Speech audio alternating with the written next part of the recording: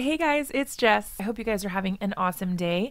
Today we're going to be sharing a video with the new Rainbow Funshine die set from Trinity Stamps.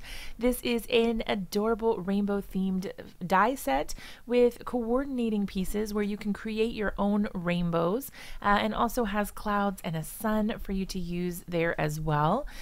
This is a sort of a hop where the Trinity video team is actually creating projects to help inspire you, things that you can do with this die set. So if you're interested in picking this up, you're probably wondering how you can get it.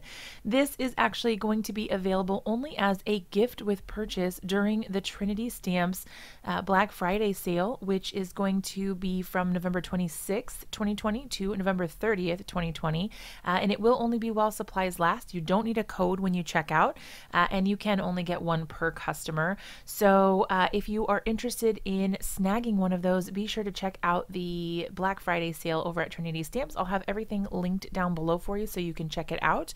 But yeah, if you want inspiration on how to use this amazing die set, just pop along and click the link in the description below. After my video is over, it'll take you to the next video in the playlist, and you can always see all of those videos by going to the Trinity channel here on YouTube and clicking on their playlist for Rainbow Funshine. So for this card, I decided that I wanted to go ahead and create my rainbow using obviously the die cut pieces. So I picked some of the brightest and most vibrant scraps that I had. I wanted it to be really loud and really colorful, and originally I had planned to put this on a ink blended background with this adorable stencil, which is also from Trinity. But I didn't really like that. I don't know, it seemed a little too busy for me. So when I started laying the Rainbow Funshine die on top, I was like, I don't know, this is a little too much. So I decided to try something different. So for the background, I'm using some Dina Wakley gloss acrylic sprays. And all I'm doing is taking the lid off and tapping the plastic part of the lid while it's over top of my project. This is just a piece of white cardstock cut down to A2 size. And then I'm just using a variety of different colors that I thought would look nice with the colors I cut from my cardstock. Now this is a yellow, a green, a turquoisey color, and a pink. And like I said, I'll have everything linked down below if you're interested in the exact colors that I've used. So once I was done getting my background all splattered up, I did go ahead and set that aside to dry. You're going to want to give it a little bit of time just to make sure that you don't smear it when you go to add anything to it or anything like that.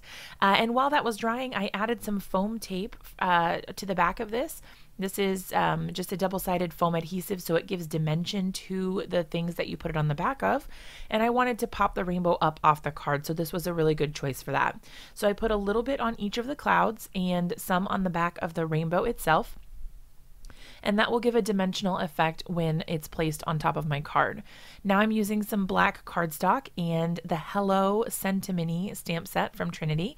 I'm stamping that with some white with some embossing ink and pouring on some white embossing powder. Now you do want to be sure to treat your surface with an anti-static powder just to make sure that the embossing powder only sticks to the place where you stamp your image or sentiment. And then I went ahead and trimmed or cut out the pieces here. I was going to use a paper trimmer, but it was so small that I decided my scissors would be okay. I did go ahead and fussy cut around the hello. This is one of my favorite things to do for scripty sentiments. After it was heat embossed, I went ahead and just used that sharp pair of scissors you see here to cut around the outside. Now you'll see that I'm not really moving my scissors, I'm just moving the paper. And this is a good way to get nice and smooth cuts rather than really angular or choppy cuts around the outside. So definitely practice with that. It takes a little bit to get used to it, but it's definitely a good technique and it really helps. My background is all dry, so I'm ready to go ahead and assemble my card. I decided that I wanted to add a little bit of a border around my background, so I did go ahead and trim that down just a little bit. I wanted to mount it on a white A2 size card base, but I felt like the background would get a little bit lost because it was white on white, even with all those really fun colored splatters. So I used a piece of black cardstock and I used my ATG or advanced tape glider. It's basically a giant tape runner to attach my background to the black cardstock. cardstock. Then I did the same thing and attached the black cardstock to my card base. Again, that's a white A2 size card base, which measures 4 1/4 by 5 1/2. Once I was done with that, I started assembling the card. So I used the foam tape, which I had already put on the back of my rainbow and my clouds. I attached those to the card, and then I went ahead and took my pieces that I cut out and used some liquid adhesive to attach those as well. Now I felt like the card needed just a hint of sparkle, so I did what I normally do, and I added just a couple of clear sequins. These ones are from Trinity as well, and I'll have them linked for you down below. That finished off the card, you guys. I hope you love it.